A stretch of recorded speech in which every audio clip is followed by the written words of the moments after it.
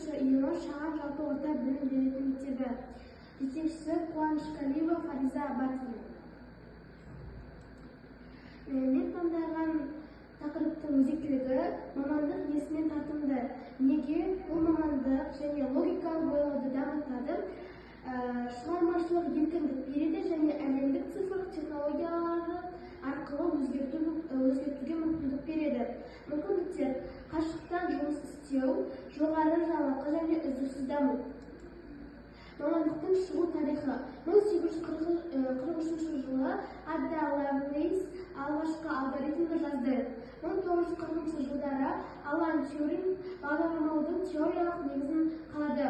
Ал 1920 жылдары алғашқы жоғары деңгейлі Фортан Кобайл пайда болды. Қазіргі таңда бағдарламау барлық саланың медицина, ғарыш, білім қозғалтқышына айналды. Қазақстанда бағдарламаушының дамуы. Қазақстанда бағдарламаушының дамуы 1950 және 1960 жылдар. Алғашқы қадамдар Қазақтан КСР ғылымы академиясының есептеу математикасын бөлімін ашып, алғашқы алып ЭМДер компьютерлер пайда болды. 1970 және 1980 жылдары мамандар даярлау қазу, қазір қазу мен пилотехникалық инструкция алғашқы бағдаршалар оқытылады. Бағдарламаушылардың дамуы. Қазақстандағы бағдарламаушылар дамуы 1950 және 1960 жылдары.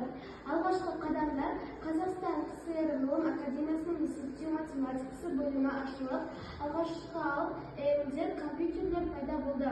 1970 және 1980 жылдары мамандар даярлау қазу мен политехникалық институция алғашқы бағдаршамдар оқытыла бастады.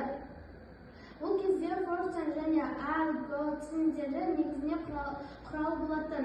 1991 жылы тәуелсіз Қазақстан КЗ ұлттық домені ресми түрде тіркелді. 2000 жылдары интернеттің келуі және банк жүйелерінің цифрлануы бағдарламаушылардың мамандығына сұраныс арта бастады. Қазіргі таңда Қазақстанда орталық Азиядағы Альтехаб, Астана Технопарк, ЕГО жүйесі және Каспий кезек сияқты әлемдік деңгейде жобалар отандық бағдарламалардың еңбегінде. Негізгі міндеттер және күнделікті жұмыс: алгоритмдер құру, күрделі есептеу шешу үшін қадамдық нұсқаулар әзірлеу, код жасау, арнайы бағдарламау тілдері Python, Java, C++, тағы да басқа. Пайдаланып компьютерде түсінікті командалар беру, тестілеу және жөндеу, жазылған бағдардағы қателерді, багтарды тауып, оларды жою, қолдау көрсету, дайын өнімді үнемі жаңартып, оның қауіпсіздігі мен жылдамдығын қадағалау, техникалық құжаттама бағдарламаның қалай жұмыс істейтіні туралы нұсқаулар жазу. Мамандық негізінде бағыттар: презентацияда бағдарламашылардың бір-бірінен айырмашылығын көрсету үшін мына 4 бағытта атап өткен жөн. Бағыт: бірінші, немен айналысады? Фронтенд әзірлеуші сайттың немесе қосымшаның біз көрсететін бөлігін дизайн, батырмалар жасайды. Бастан әзірлеуші сахна сыртындағы жұмыс, серверлер, мәліметтер базасын және логика. Мобильді әзірлеуші үлкен деректермен жұмыс істеп, болашақта болжайтын модельдер құрады. Гамма-Дейра компьютерлер және мобильді ойындарды әзірлейді. Қасиеттер, қабілеттер, hard skills, техникалық білім, бағдарлама тілдерін меңгеру, ең болмағанда бір тілді Python, Java, C++, Raspberry, Каспий деңгейде білу, математикалық база, логикалық іс шешу. Soft skills, тұлғалық қасиеттер, логикалық ойлау, кез келген мәселені шешімін жүйелі түрде табу. Бұл үшін төзімділік пен сабырлық қажет. IT саласының ай сайын өзгеруі. Сондықтан бағдаршамға өмір бойы жаңа технологияларды үйрену дайын болу керек. Командада жұмыс істеу, жобаларды, мысалы Каспи немесе Google сияқты жалғыз жасау мүмкін емес. Сондықтан әріптестермен тиімді тіл табысу маңызды. Мамандықтың жақсы және қиын жақтары: жоғары табыс және қаржылық тәуелсіздік. Бағдарламашылар еңбек нарығын ең жоғары жалақы алатын мамандар. Географиялық еркіндік, remote work бұл мамандардың ең үлкен артықшылығы жұмысқа байланбау. Сіз үйде, ауылда, тау бөктерінде немесе әлемнің кез келген елінде саяхаттап жүріп жұмыс істей аласыз. Сізге тек ноутбук пен интернет қажет. Үшіншісі, икемді жұмыс кестесі.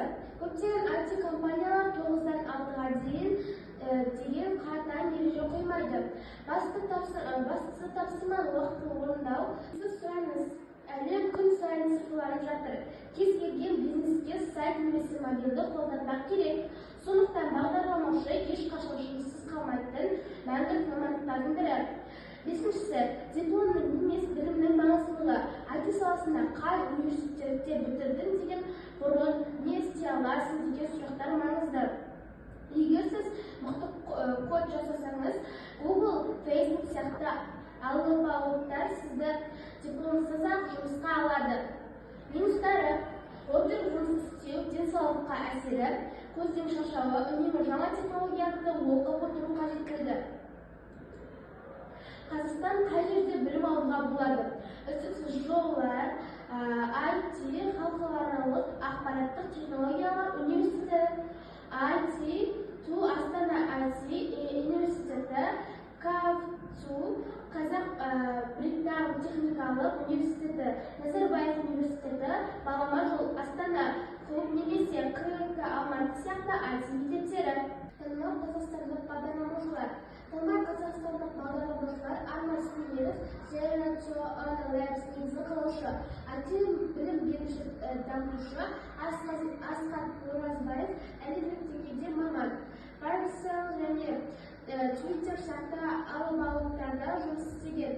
Дәурен Төлебаев, Google компаниясында жұмыс істейтін отандасымыз.